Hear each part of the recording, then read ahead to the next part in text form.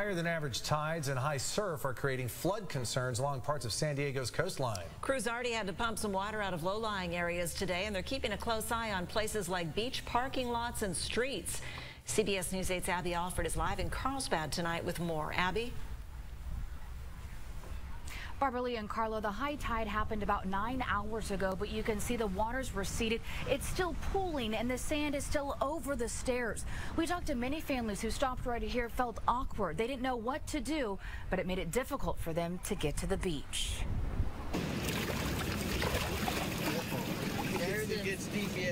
Beachgoers waiting in the water before they get to the water at the Carlsbad beach. And I've never seen this. That you have to climb through water to get to the beach. Judy Blair from New Jersey used to live in San Diego and says the water's never been this rough. It took me an hour just to get the nerve to go into the water, and then once we only stayed in the water like 15 minutes. We're like, I don't think so. The high surf and swell is good for the surfers. It was fun. Offshore, super high tide.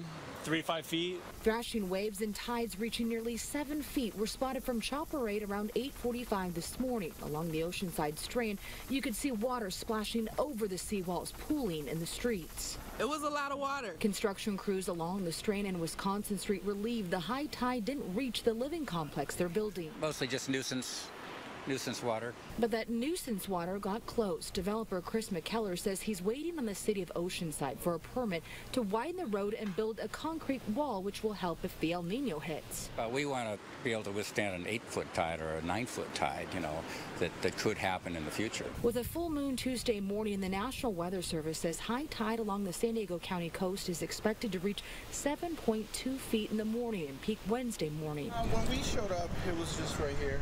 The National Weather Service issued a coastal flood advisory starting Tuesday morning. Lifeguards say they're on alert and city crews are continuing to pump water.